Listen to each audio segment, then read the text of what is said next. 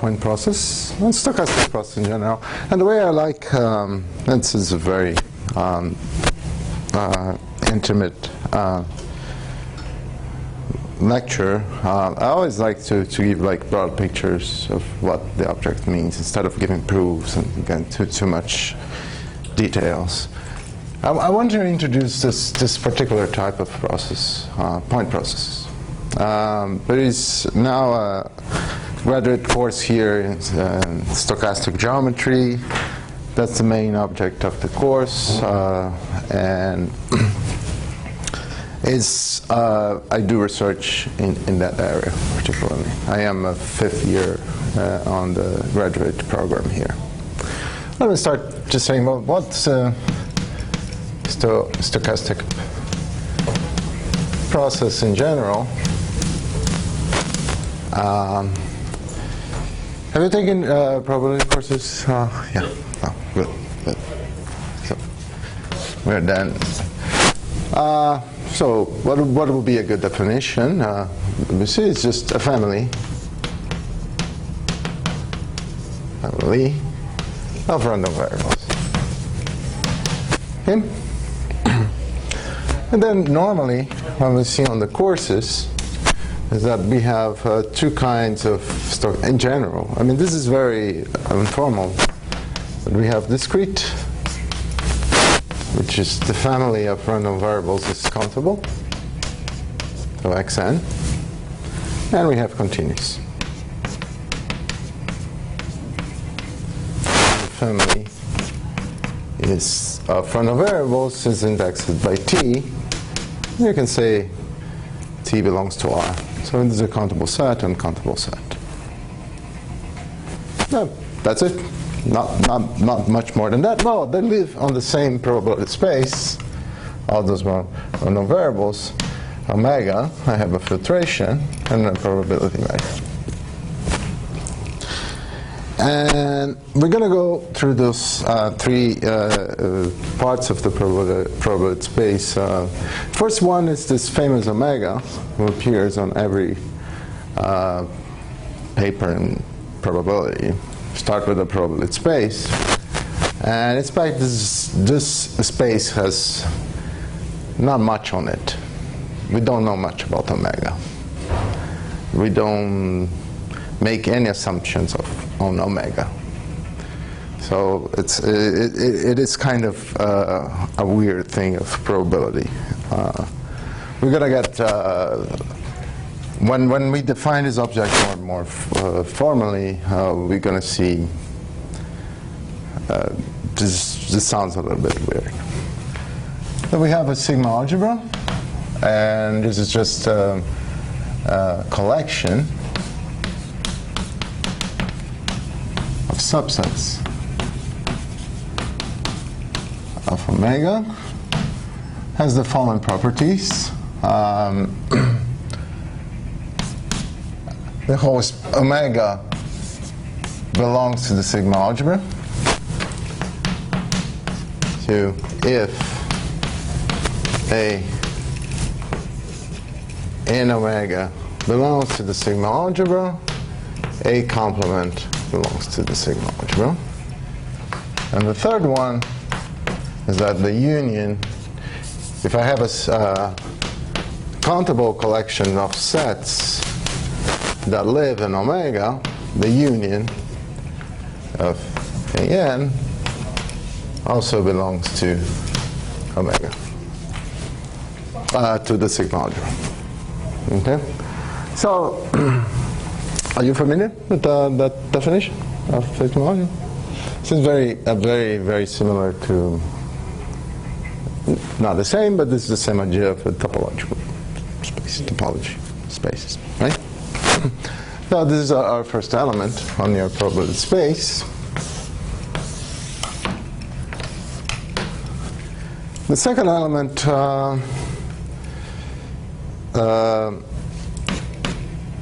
is the probability measure itself. It's a measure. And I'll say, well, it's just a finite measure that we normalize to 1. And it goes from the sigma algebra to 0, 1, and has two properties. First, or maybe three properties. Phi of the whole space equals to 1. Probability that everything can happen. Everything can happen is 1. The second, Phi of A is bigger than 0. And the third one, if I have AN, a sequence again, now disjoint, then the probability of the union of those events is the sum of the probability of AN. So far, very good. This is basic structure. So, what is then? I said it's a family of random variables, and a stochastic process, and I have those two major descriptions: discrete and continuous. So, and I said this space doesn't mean much. You know, this is omega. I don't care much. I mean, I don't even know if it's a metric space, for example. Who knows? What is important when we define a random variable is to know what set will be the receiver. So I'm going to have a set, a measurable space S, and normally, and then now I'm going to assume that this space is complete, separable, metric, complete, metrizable.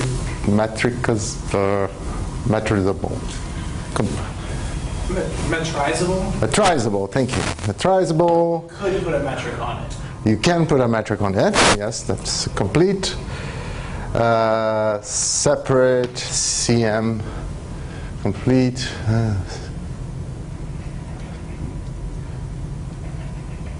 No, it's complete separate metrics. Yeah, you have a metric that separate points. Okay. That's that. And why we require that? We require that because on this type of space we can construct the Borel sigma algebra on S. And I always use this kind of, it's not supposed to be beta, but it's calligraphic B. Say. And then this is the smallest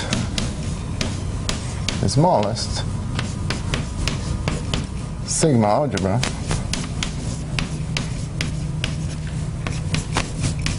that contains all open sets.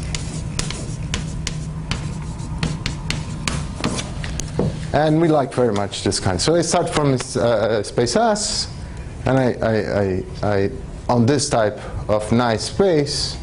Come in, okay, please. Yeah, please come in. That's okay. That's completely fine. So on this type of space, we can always construct a Borel sigma algebra. And why? I would like very much Borel sigma algebra. This comes from measure theory. Imagine that you have a function. Oh, let me say first, y from omega f to s is measurable if for all a belonging to the Borel of S, y minus 1 of A belongs to F. So the pre-image of Borel sets belongs to F. And whenever I have a function like that, I call this a random variable. Okay, now.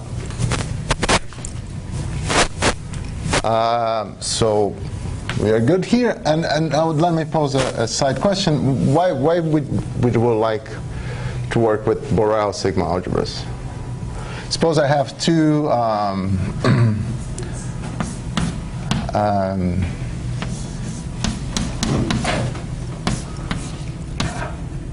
let's put an F here. This is Y, and we're at Y. So remember, this is a sigma algebra, the smallest sigma algebra that contains all open sets. And I'd say, well, this F is a measurable function between those two. And what kind of function is immediately measurable if we take Borel sigma algebras?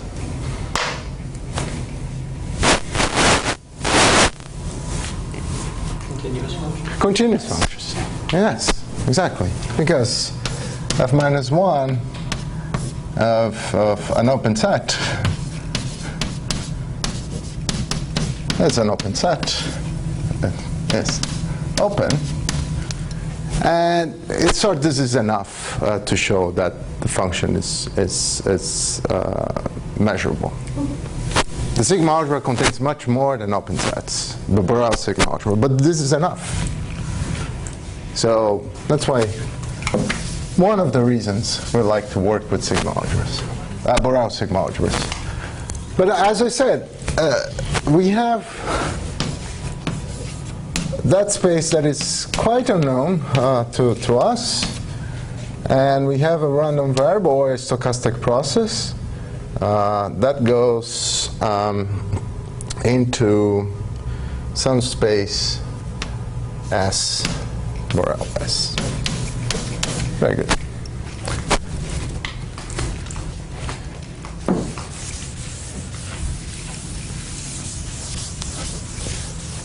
So for discrete, so let's assume that those random variables, each for all n, they take values on Rd. You know, so if I pick x1, omega belongs to Rd. So Rs, well, if it were like a random variable, Rs would be Rd, and the Borel S would be the Borel Rd.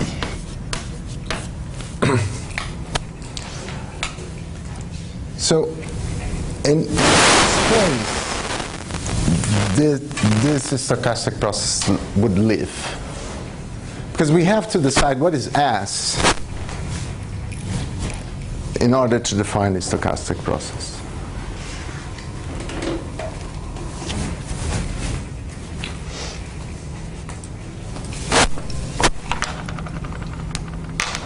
So discrete, I have a countable xn that resembles, if I have xn here, this is the usual notation for Sequence? a sequence, right? So S would be Rd to the n, the space of sequence. And we don't need to impose that sequence converges or whatever. No. And this space is nice enough to have a Borel sigma algebra.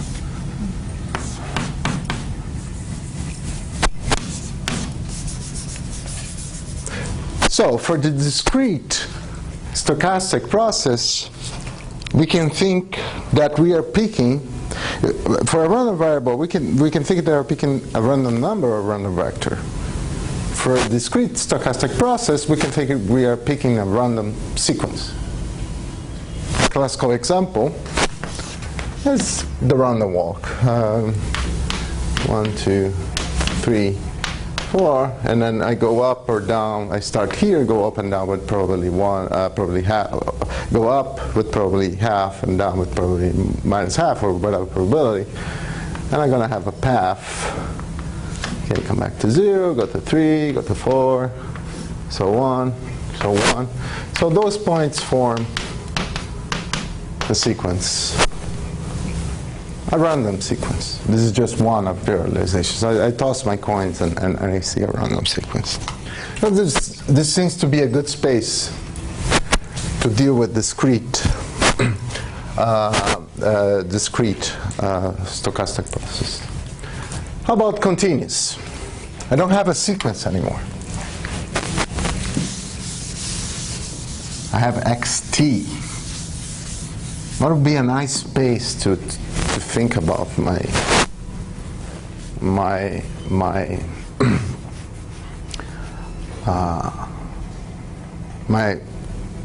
where my stochastic process would live? As I said, the space doesn't mean much. Functions from R to RD. Functions, yes, exactly. Space of functions, very good.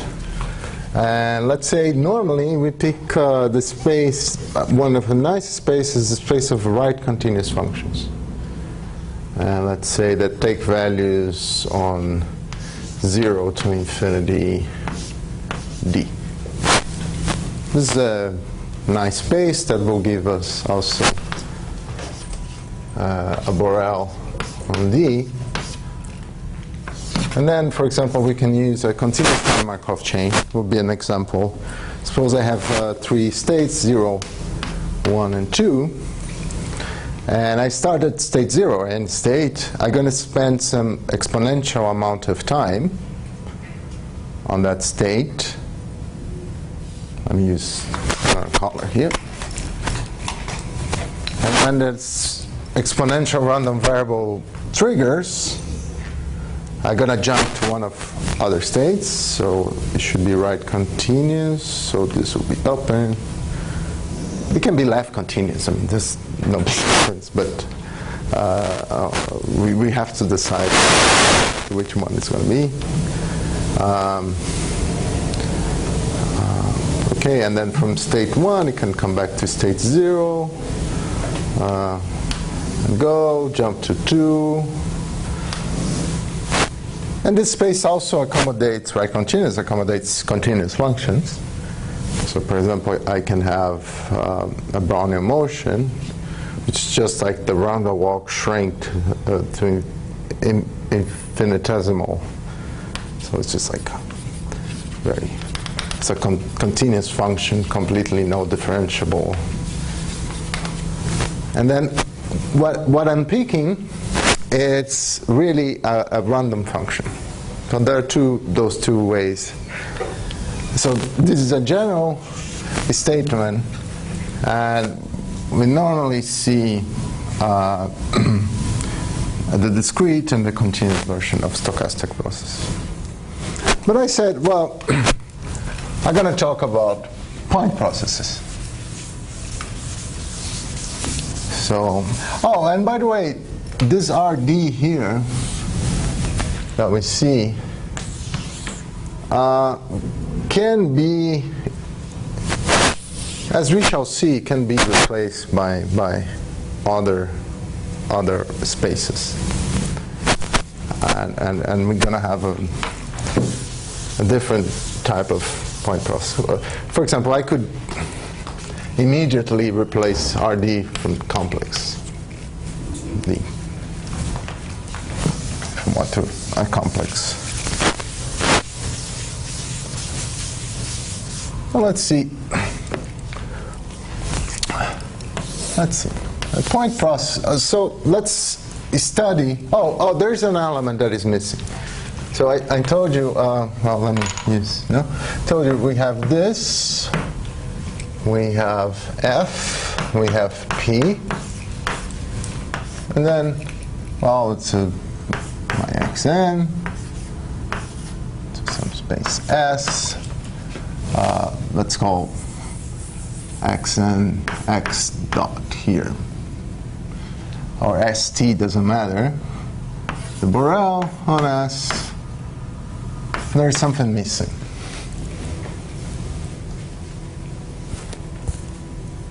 Because I'm coming from a probability space to a measurable space, and I can insert a probability here in a way that is consistent. You guys understand what the point I'm going to make? Here I deposit from I decide the object that I want to study, so I pick now a set that has a meaning. Normally I pick the Borel sigma algebra because it's the nice one to use. And this P here appears, and I would like to insert also a measure here, probability measure. How can I do that in a consistent way? That's called the distribution. If we go to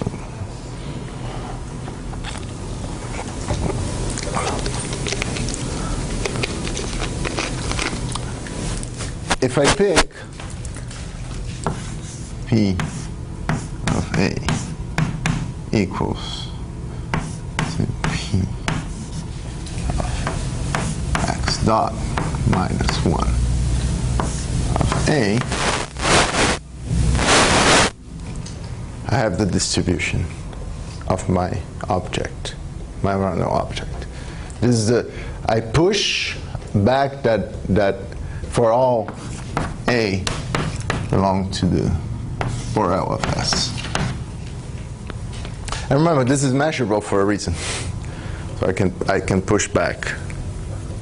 The pre-image here is going to be measurable in that space, and that will give me a measure, a probability measure here, and I'll call it distribution.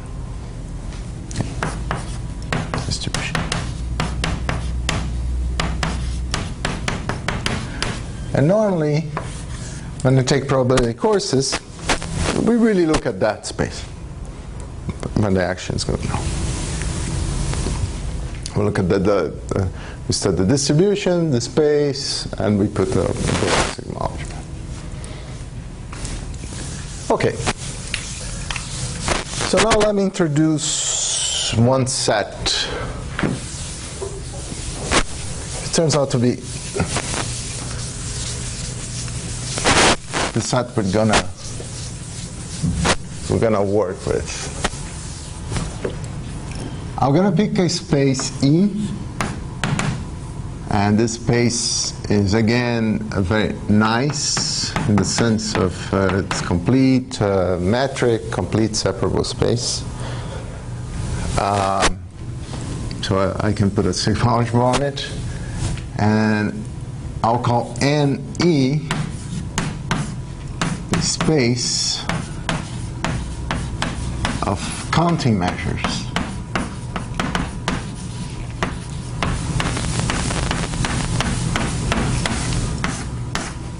On E.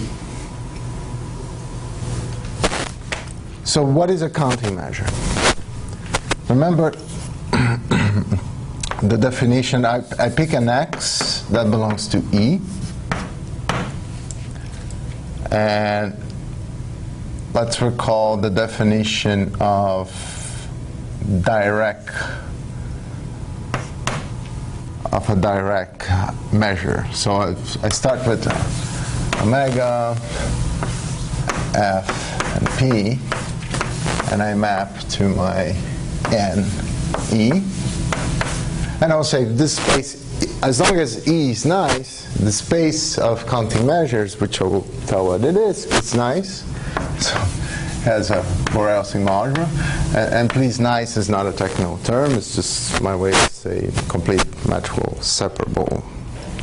You got the gist? So, and let A be a subset of E. What is the direct measure of A when considered a point X?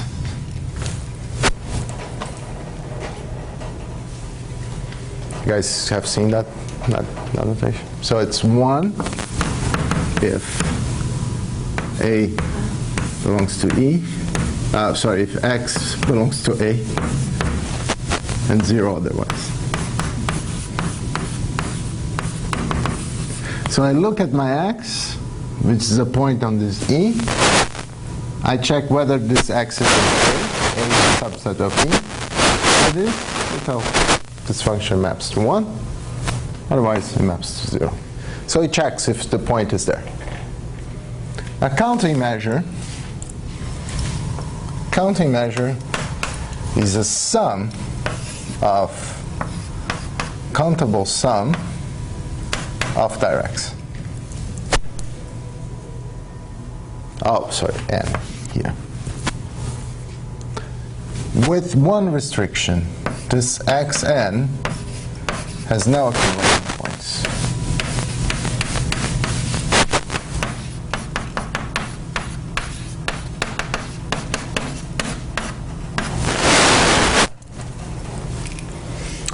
So the picture is basically that. I have my x1, my x2, x3, x4, x5. I told you this is a measure.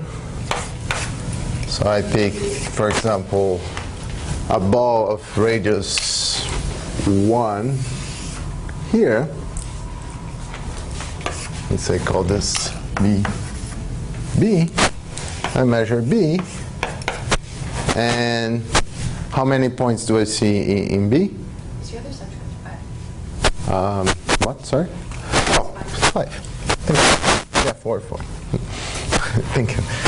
So how many points I see in B? 1. I'm basically counting. So I have a bunch of points measured on the plane, R2. And this counting measure will count how many points there are in certain region. You know, that's basically it. That's why it's called a counting measure.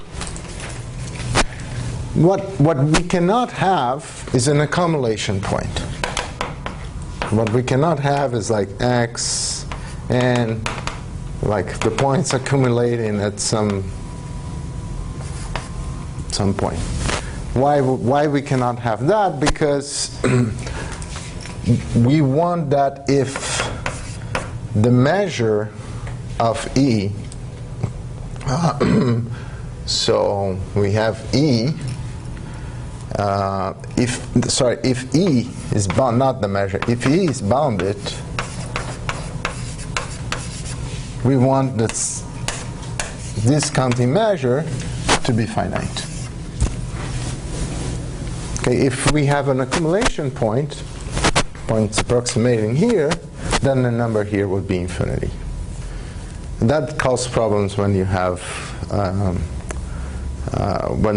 you want to do probability. You can do random measures which are not counting measures, but it causes certain problems, especially if you want to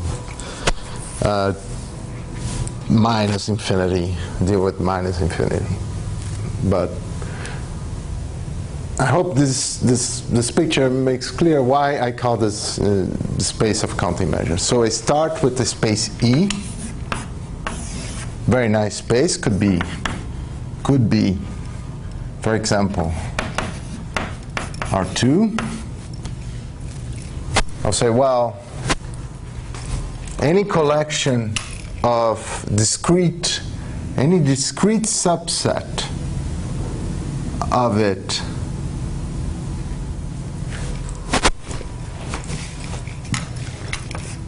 this sequence xn, discrete because it doesn't have an accumulation point, I can form a counting measure, and then I can count the number of points that are in a certain region. So this NE accommodates all possible configurations of discrete subsets, but in this form of counting measure. Does that make sense? Okay. And that's the space in which the point process lives. Okay, so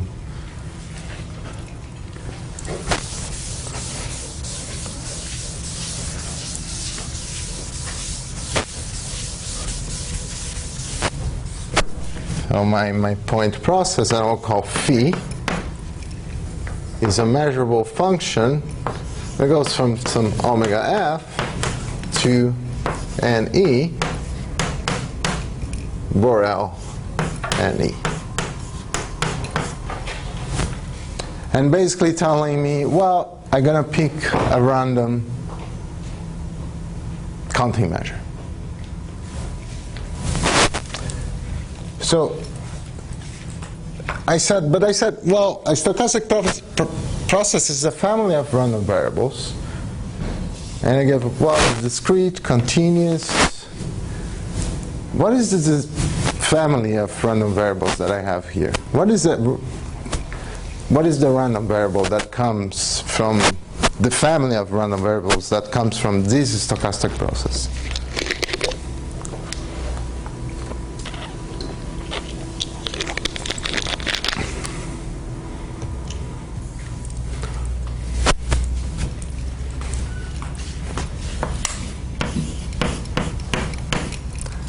It's going to be phi of f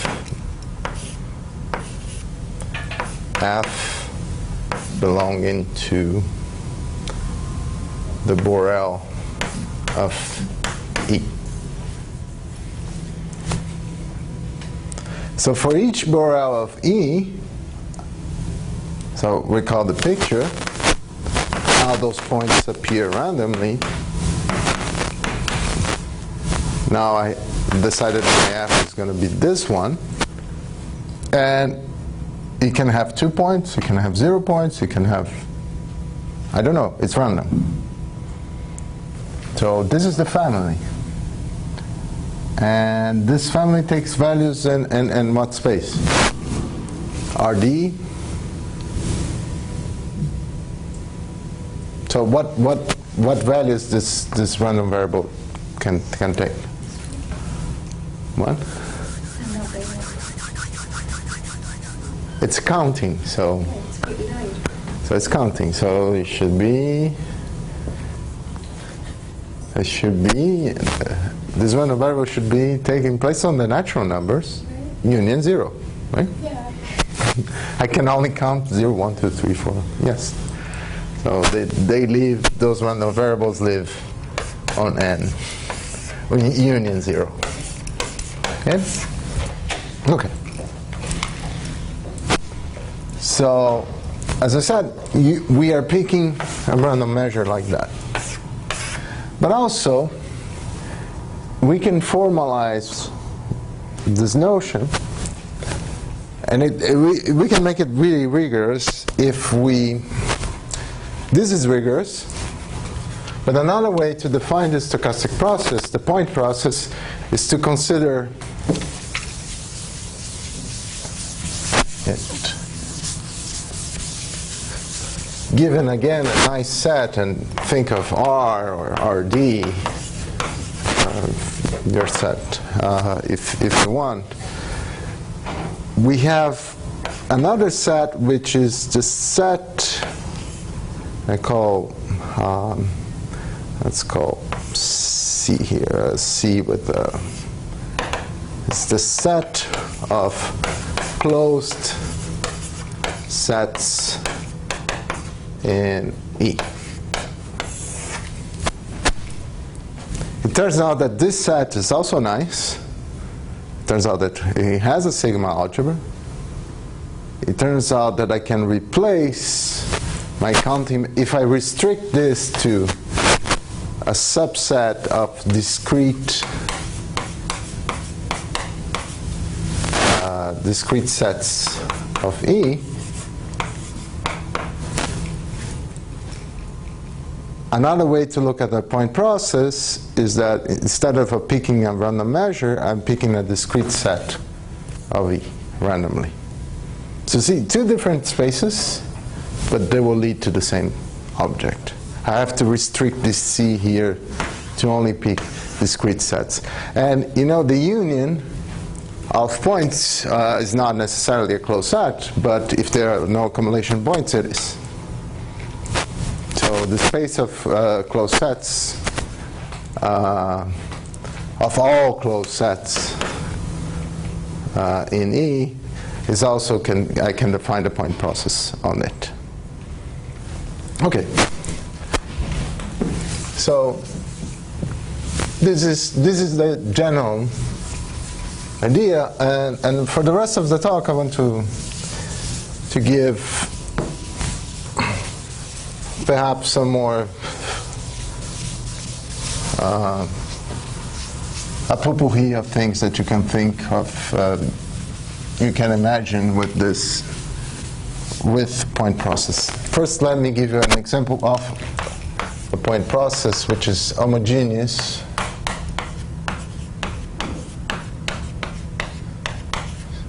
Poisson point process, and well, what I have to define is the probability that phi b equals k for all b, b belonging to, let's say, homogeneous Poisson point process, and that my E is R or RD, B belonging to the Borel of RD, and K belong to N union 0. I have to define this probability. Once I define this probability, I have a point process. And in the case of the homogeneous Poisson point process, let me just check, because I normally get it for my own. I'm always working with it.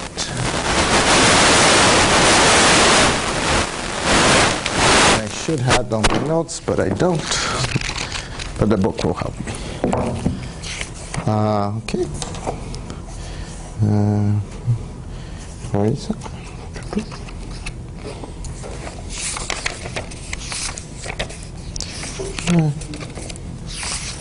There you go, Poisson.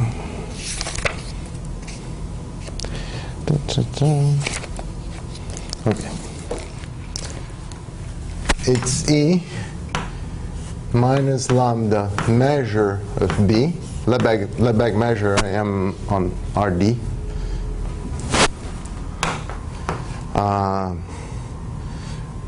Lambda Lebesgue measure of B to the K divided by K factorial. And then you see why Poisson. This is a Poisson random variable with parameter lambda measure of B. Okay? And this is the most common point process. You have to, first you have to prove that such point processes exist. And this is a task that I cannot complete in such a short talk, but I'm going to give you a glimpse of how it is constructed. Here's Yeah. the lambda to the k, it's just lambda. Oh, it's everything to the k, right? Oh. Yeah, thank you very much. Thank you. Yes, everything's into the k. Yeah. Yeah, that's correct. Okay, so how do I construct a Poisson? I pick, for example, a piece of the plane. I divide the plane into small squares.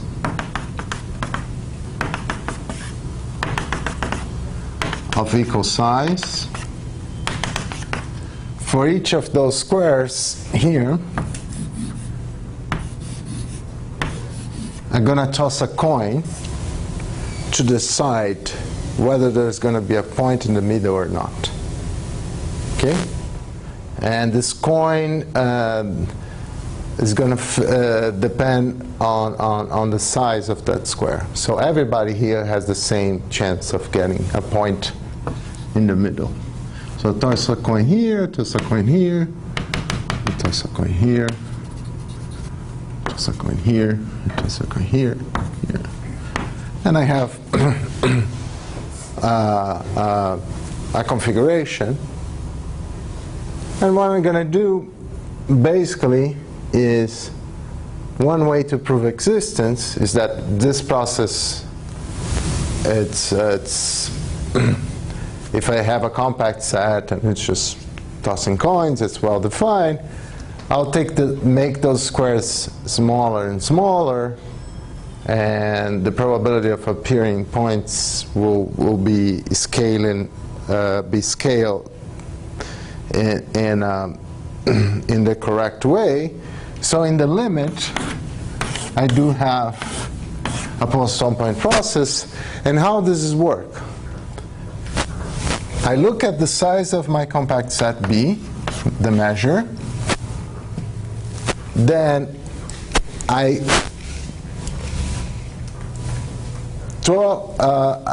decide first how many points I'm going to have in that area using a Poisson random variable with parameter lambda area of B.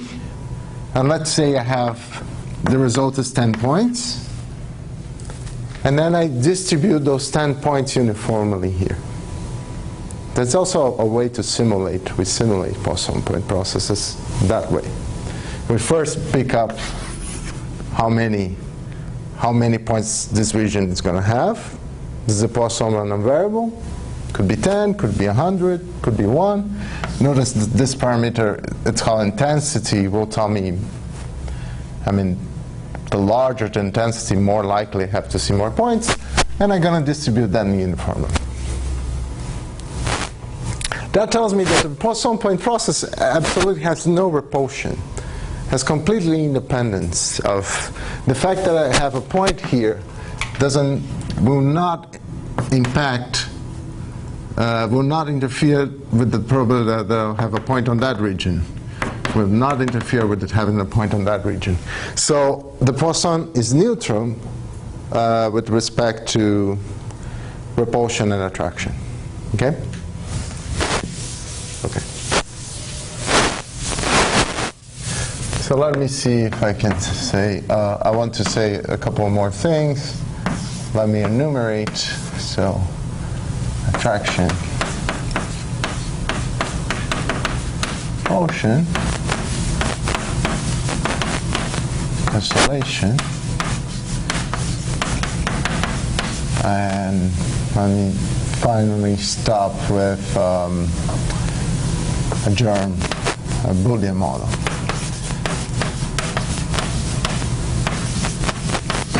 You see, why this object it's of interest, and what kind of geometric structures we can have.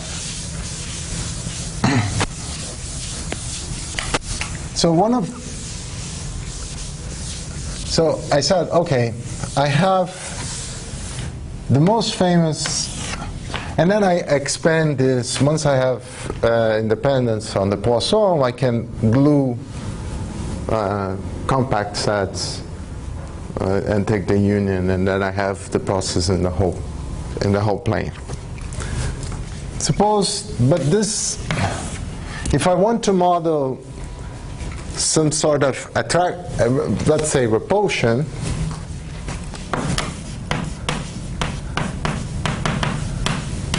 how can I do that?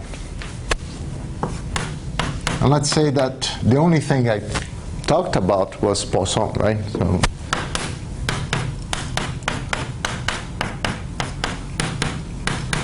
So what is a way to model repulsion in a point process?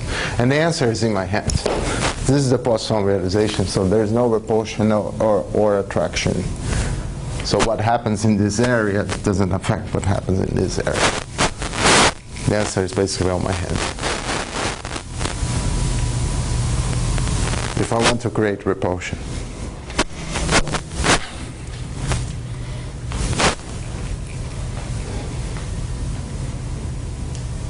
Repulsion means that the points don't like to be together, don't like to be close together. And some physical particles like fermions behave like that.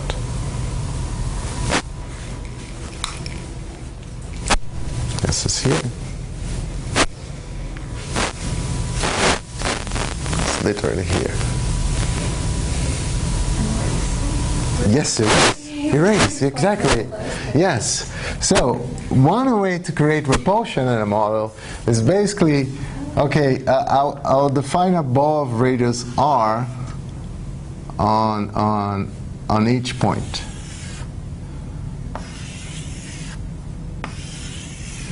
Imagine that they have the same radius, although they don't here for for purpose that is going to be. If those balls intersect, I'm going to erase both points.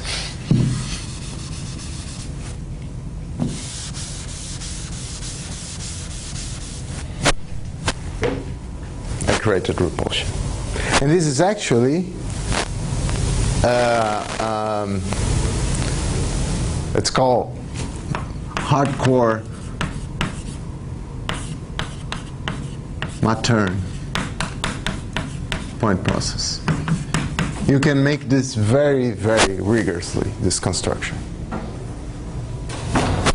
The idea, and there is another way, so point processes now that will have other types of point processes that will behave, that will present repulsion which is not of this kind. But I just want to give idea that, you know, we want to model perhaps physical things, that particles, their position, but they don't like to be. And if I want attraction,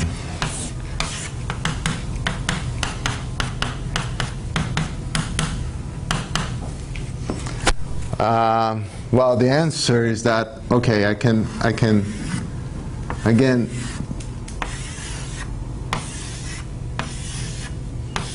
put a ball around each point, and within that ball throw another point process, superimpose another point process.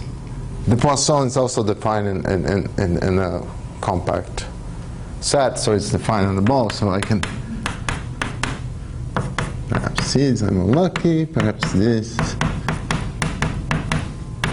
So I have those clusters. So I have the first Poisson, I have a ball around each point, and I throw another Poisson on top of that first Poisson. Again, you can make this extremely rigorous and extremely compatible with the theory.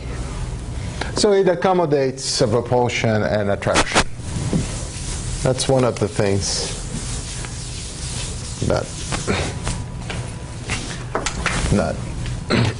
can be done. Other geometrical objects. The course I mentioned at the beginning, the course in which you see that is, well, it's called stochastic geometry, or the area, where you're going to see this type of geometry. And a lot of people ask me, well, why geometry? I say, particularly they ask, do you need differential geometry to go into that area?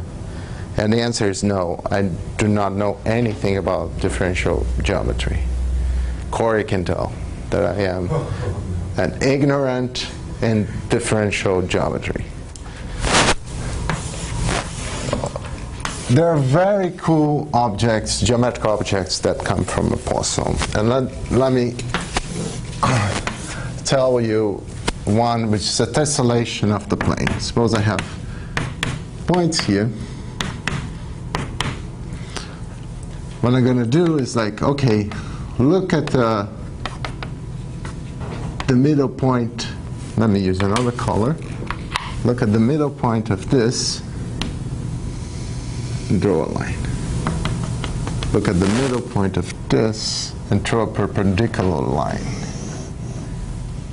Look at the middle point of this, draw a line. Point of this, draw a line. Right of this, draw a line. This guy here, so draw a line.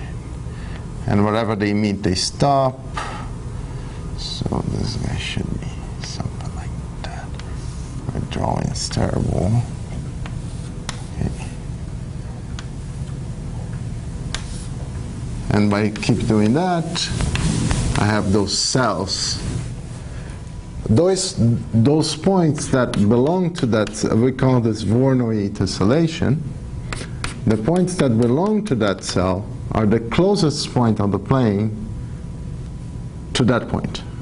So if a point is on the cell, and what is the closest point of the process?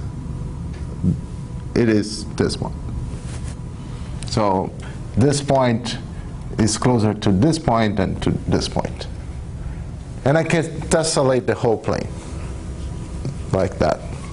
And I can study how this polygon behaves, how many sides an expectation has. If you think of a 3D, you have crystals and the shape of crystals. The original idea of thinking of those tessellations was exactly understanding the shape of crystals. And there is I'm not a physicist or anything, but something that matches with the data.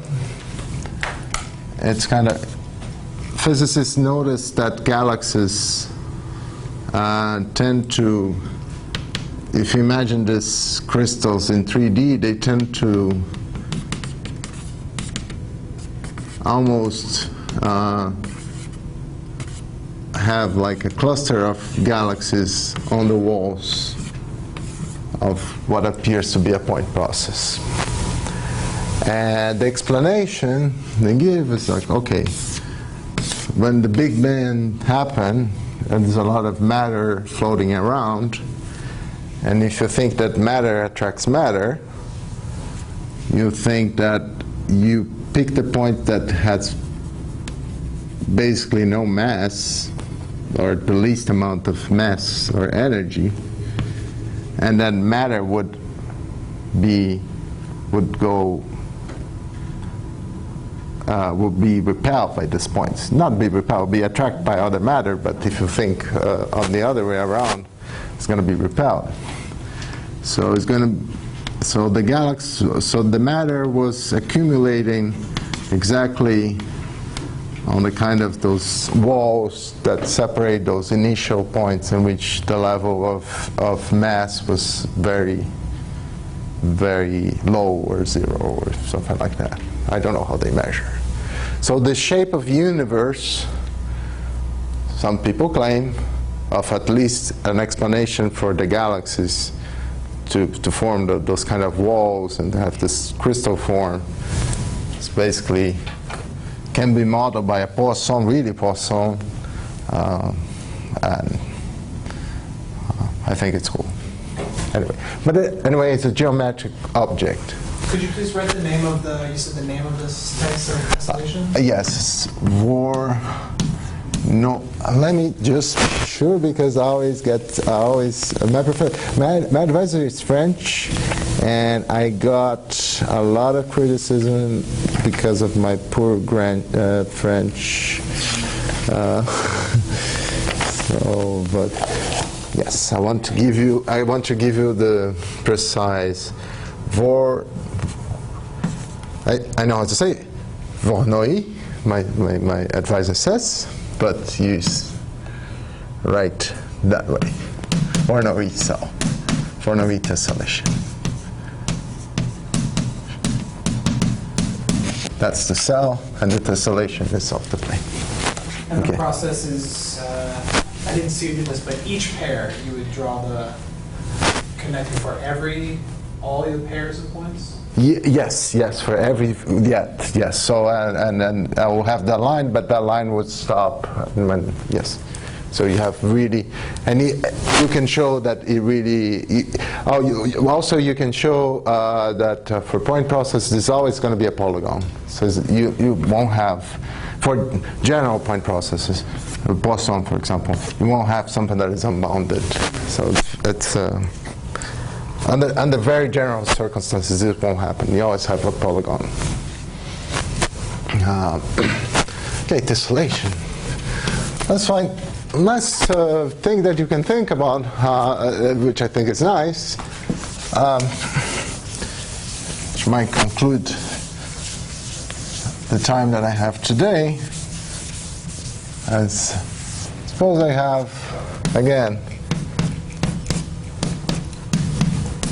Poisson point process, and now I'm gonna, on the center of each point, I'm gonna add a ball of random radius. So with a certain law. So it could be that this guy gets a little ball, this guy gets a big ball, big. This guy gets. Suppose that the radius of the ball is given by an exponential with some rate mu. This guy gets a big ball, and this is the questions I can ask in a model like that is, well, if I push mu to below, I'm gonna have so the expected value of the radius in this case is 1 over mu. If the expected radius, radius, not r, if the expected radius is big enough, what is going to happen is that I'm going to have a mu star such that if mu is bigger, mu star is, if mu is smaller than mu star, or the other way around, if the expectation is too low, I don't have a connected component. A connected component will be like I can, whatever, I say 2 points are connected if the balls intersect. And I can, have my random graph connecting them. An infinite connected component does not happen if expectation is very low, and if the expectation crosses a certain threshold, then with certain probability I can have an infinite connected component. And this is called Boolean percolation, which is very similar to percolation that people do in ZD. So this is an example of what kind of. And another thing, the last remark, I said, well, I'm only drawing points here on RD because it's easy to see, but a point in a space could be a line, could be a convex set. So remember I mentioned the set of closed sets of a nice space is also a nice space. I can define a point process there. So I can have, for example, a point process in which the point is actually a line, and I can ask questions of how many intersect each other, or the point can be a polygon. So there's a lot of geometric objects that appear from that probabilistic construction of point processes. We only think of points, but well, if my set is a set of lines, then my point is going to be a line. And that, I hope, give you like a nice picture of what these point processes are. Of course, I'm just scratching the surface. And that's. Well, it's Thank you. Questions for the speaker?